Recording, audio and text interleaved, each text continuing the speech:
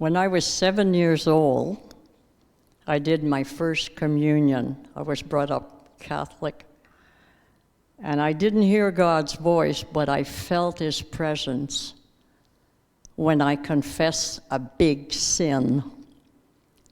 I just felt like something warm had been poured on top of my head, all the way down to my feet. And then that was it. There was no Sunday school. There was nothing to reinforce this that I had experienced, and then I forgot all about it. Fast forward to 39 years old, I'm looking at the big 40 that was coming. My life had fallen apart, the relationship had fallen apart, and I was just asking myself, what am I going to do with the rest of my life?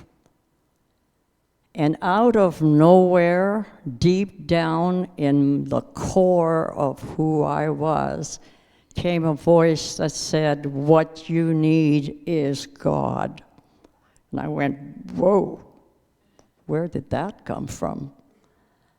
But I knew that God had spoken. I knew there was a God, but I hadn't been following Him.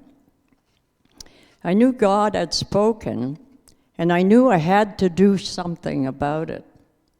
So this was in Northern Ontario, so I moved to the island. I was looking for God. And I looked in churches. I'd say, well, maybe that one, maybe it's Sally Ann, maybe that's the one, maybe they know about God. I looked for 3 years, and I was trying to clean up my life in the meantime, and it was getting worse and worse and worse. You can't clean up your own life. So someone invited me to a prayer meeting or a luncheon or something, and everyone said that this little man that had spoken was so boring. Well, whatever he said wasn't boring to me because I gave my life to the Lord that very instant. I don't even remember one word he said.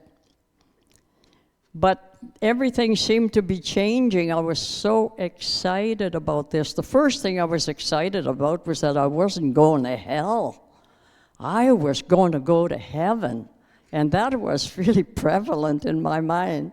And I had 3 grown-up children, and I had brought up 5 more. But my own biological children were into drugs and booze and everything else, you know. They'd been brought up going to church too, but doing their own thing. So when I looked at what God was doing, and I looked at where my children were at, and how peaceful I felt, I said, Lord, those kids, it's useless down here unless they know you. So you either save them or kill them. I didn't know how to pray, so that was a prayer that I had at that moment. And it must have worked because 7 months, within the next 7 months, my 3 grown-up kids got saved, out of booze, out of drugs, out of everything. And it wasn't like clear sailing from then on, because life is not like that.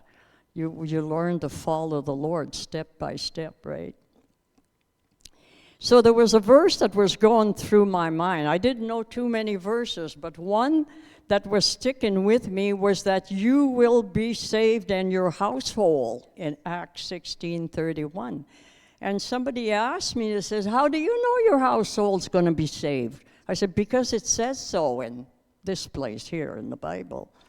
And they'd kind of shake their head and roll their eyes and look at me, and it was real because within 7 months, my 3 kids got saved. And it wasn't a slam dunk, like I said. It wasn't that easy. Life was hard. Lots of things happened, and there isn't enough time here to tell all about it because I could be here for 6 weeks. But and my oldest son went to Bible college in Australia. And I hadn't seen him for a year and a half, and I'm just asking the Lord, I need money. I want to go see him. I want to go visit. I miss him.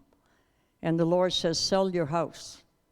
I said, but Lord, I just bought it 3 years ago, and that's that's, that's something for me to lean on. He says, you lean on me.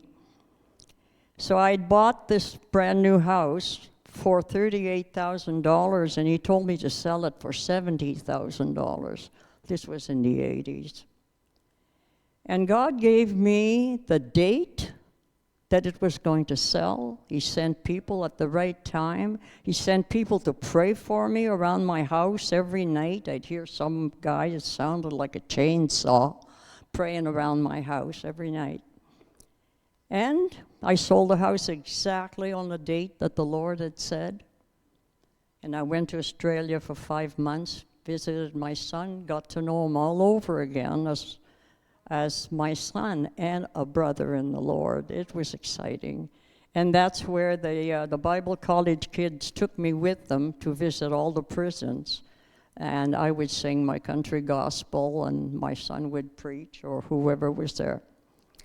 Anyways, this could go on, but more recently, I was in my house and I was doing something. You know, women, there's always something else to do.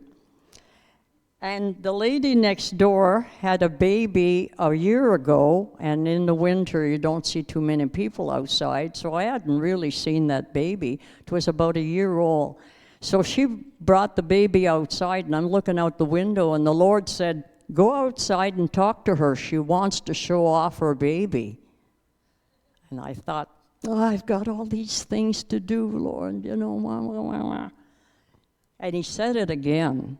So I went outside to talk to her, and she was so excited at showing off that baby. And that baby looked at me and would not take her eyes off of me the whole time we were out there. And I even went across the street to talk to another neighbor because there was something very pressing that had to be done at that moment.